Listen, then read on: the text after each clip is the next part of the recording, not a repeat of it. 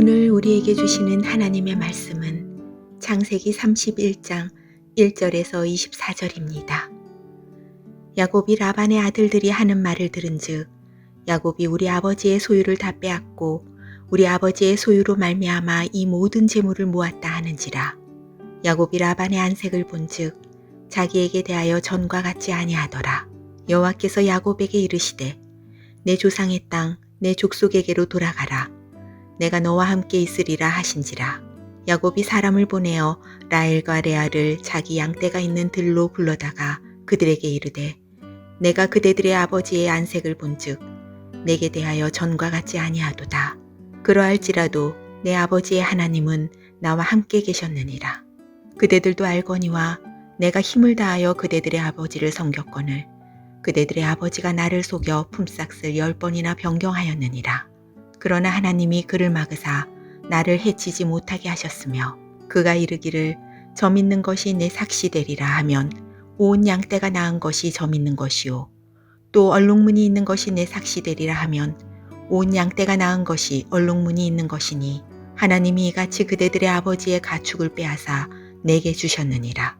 그 양떼가 새끼 뵐 때에 내가 꿈에 눈을 들어보니 양떼를 탄 순양은 다 얼룩무늬 있는 것과 점 있는 것과 아롱진 것이었더라. 꿈에 하나님의 사자가 내게 말씀하시기를 야곱아 하기로 내가 대답하기를 여기 있나이다 하매 이르시되 내 눈을 들어보라. 양떼를 탄 순양은 다 얼룩무늬 있는 것, 점 있는 것과 아롱진 것이니라. 라반이 내게 행한 모든 것을 내가 보았노라. 나는 베델의 하나님이라. 내가 거기서 기둥에 기름을 붓고 거기서 내게 서원하였으니 지금 일어나 이곳을 떠나서 내 출생지로 돌아가라 하셨느니라. 라헬과 레아가 그에게 대답하여 이르되 우리가 우리 아버지 집에서 무슨 분깃이나 유산이 있으리요. 아버지가 우리를 팔고 우리의 돈을 다 먹어버렸으니 아버지가 우리를 외국인처럼 여기는 것이 아닌가. 하나님이 우리 아버지에게서 취하여 가신 재물은 우리와 우리 자식의 것이니 이제 하나님이 당신에게 이르신 일을 다 준행하라. 야곱이 일어나 자식과 아내들을 낙타들에게 태우고 그 모은 바 모든 가축과 모든 소유물 곧 그가 밧단 아람에서 모은 가축을 이끌고 가나안 땅에 있는 그의 아버지 이삭에게로 가려 할세. 그때 라반이 양털을 깎으러 갔으므로 라헬은 그의 아버지 드라빔을 도둑질하고 야곱은 그 거취를 아람 사람 라반에게 말하지 아니하고 가만히 떠났더라. 그가 그의 모든 소유물을 이끌고 강을 건너 길르앗 산을 향하여 도망한 지 3일 만에 야곱이 도망한 것이 라반에게 들린지라. 라반이 그의 형제를 거느리고 7일 길을 쫓아가 길르앗 산에서 그에게 이르렀더니 밤에 하나님이 아람 사람 라반에게 현몽하여 이르시되 너는 삼가 야곱에게 선악간에 말하지 말라 하셨더라. 아멘. 사랑하는 서문가족 여러분, 간밤에도 평안히 쉬셨습니까? 야곱은 아버지 집을 떠나 머나먼 외삼촌 라반의 집에 가서 거기서 20년을 지내게 됩니다. 그 20년 동안 야곱의 삶에는 엄청난 변화가 있었습니다. 외삼촌의 집에 처음 떨어졌을 때는 그는 혈혈단신 빈털털이었습니다.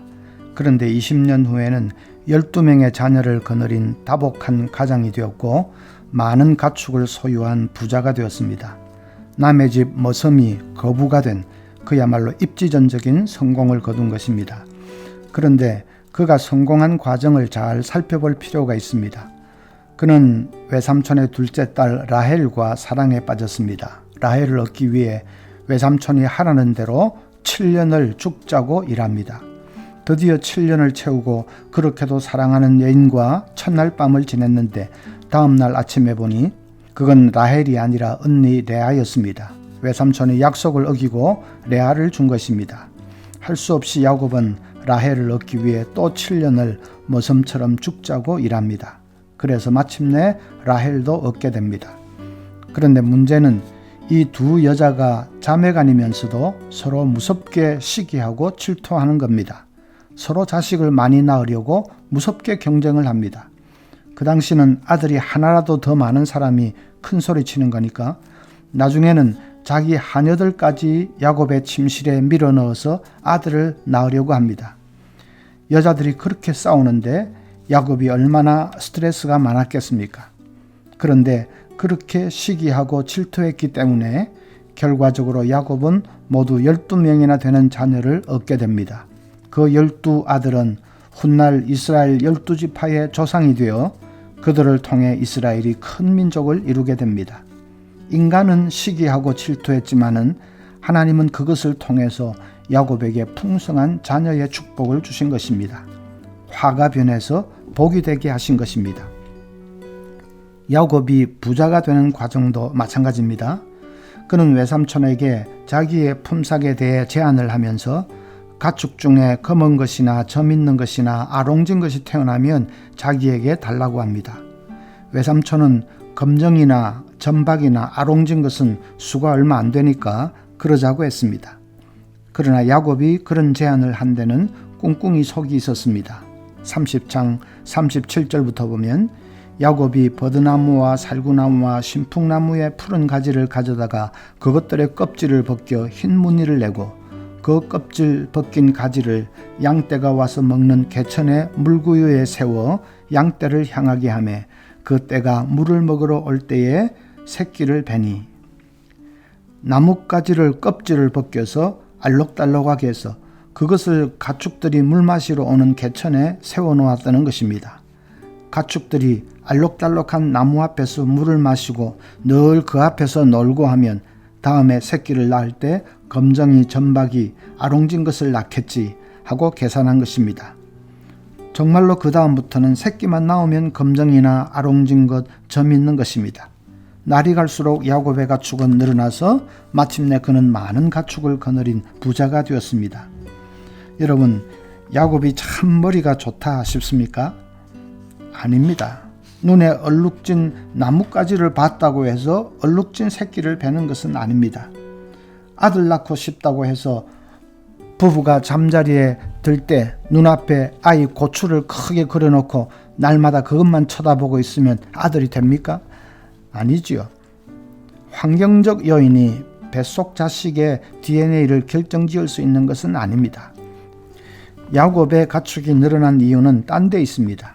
31장 11절부터 보면 꿈에 하나님의 사자가 내게 말씀하시기를 야곱아 하기로 내가 대답하기를 여기 있나이다 하며 이르시되 내 눈을 들어보라 양떼를 탄 순양은 다 얼룩무늬 있는 것 점 있는 것과 아롱진 것이니라.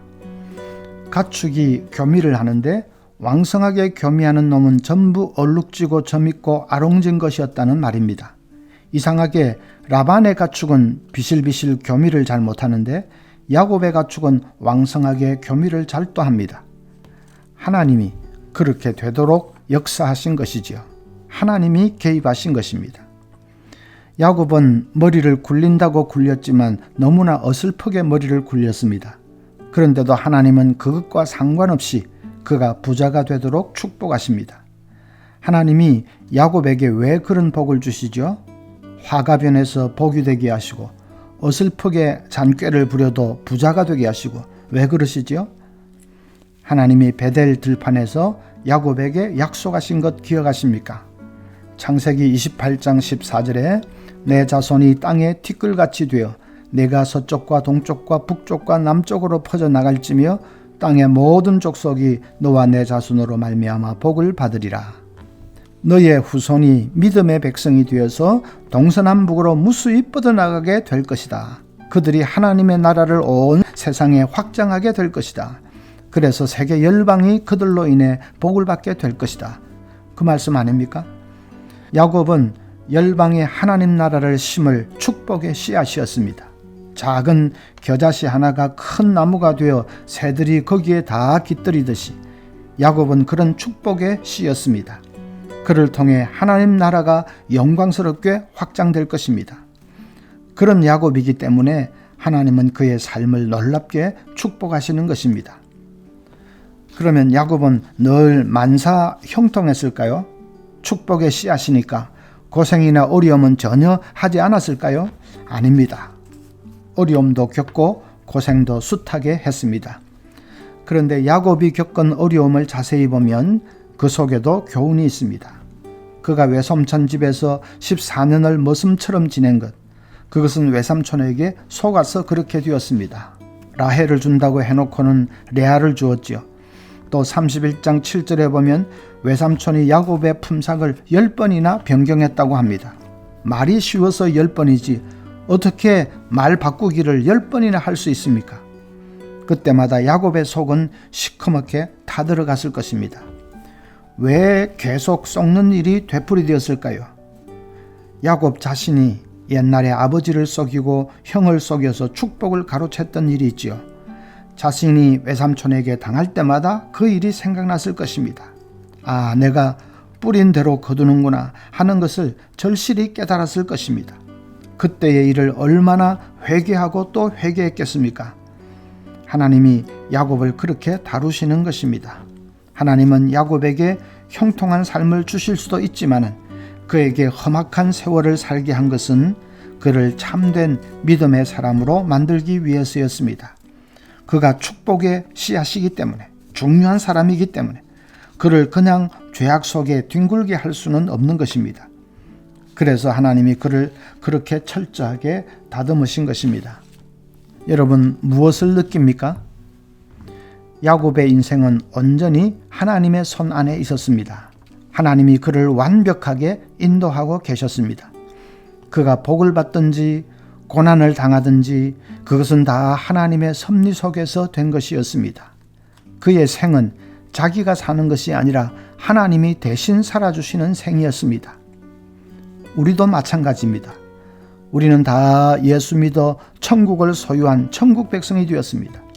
하나님의 나라를 이 세상에 전파할 제사장이 되었고 구별된 거룩한 백성이 되었고 축복의 씨앗이 되었습니다.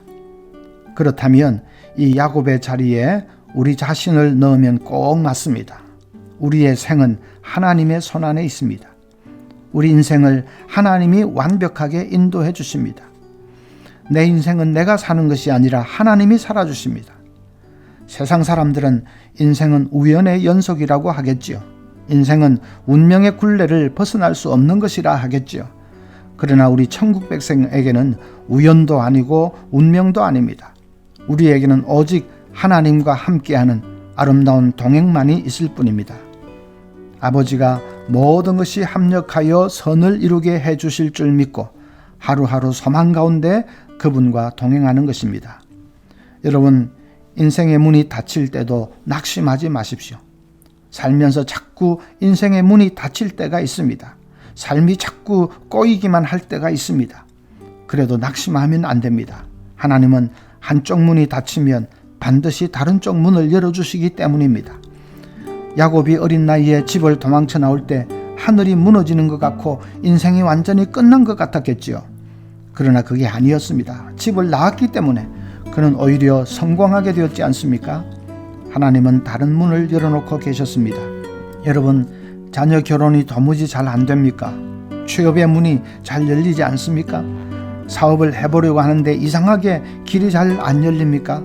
그럴 때 세상 끝난 것처럼 낙심하지 마십시오. 하나님은 때가 되면 반드시 다른 문을 열어주십니다.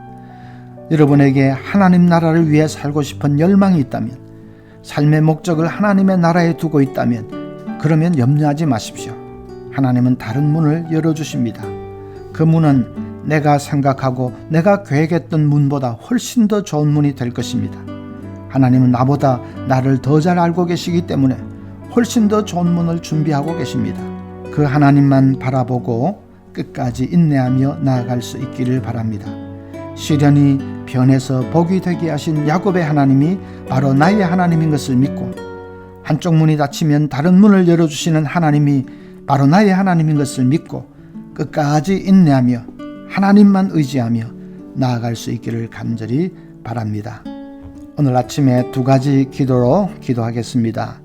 하나님은 한쪽 문이 닫힐 때 다른 문을 열어주시는 하나님인 것을 믿고 신뢰하며 하나님만 바라보며 나아가도록 기도하십시다. 또 한 가지는 15일부터 시작되는 우리 중고등부 자녀들 수련회, 하나님이 큰 은혜를 주시고 우리 자녀들을 하나님이 축복해 주시도록 그렇게 기도하고 자유롭게 기도하시겠습니다.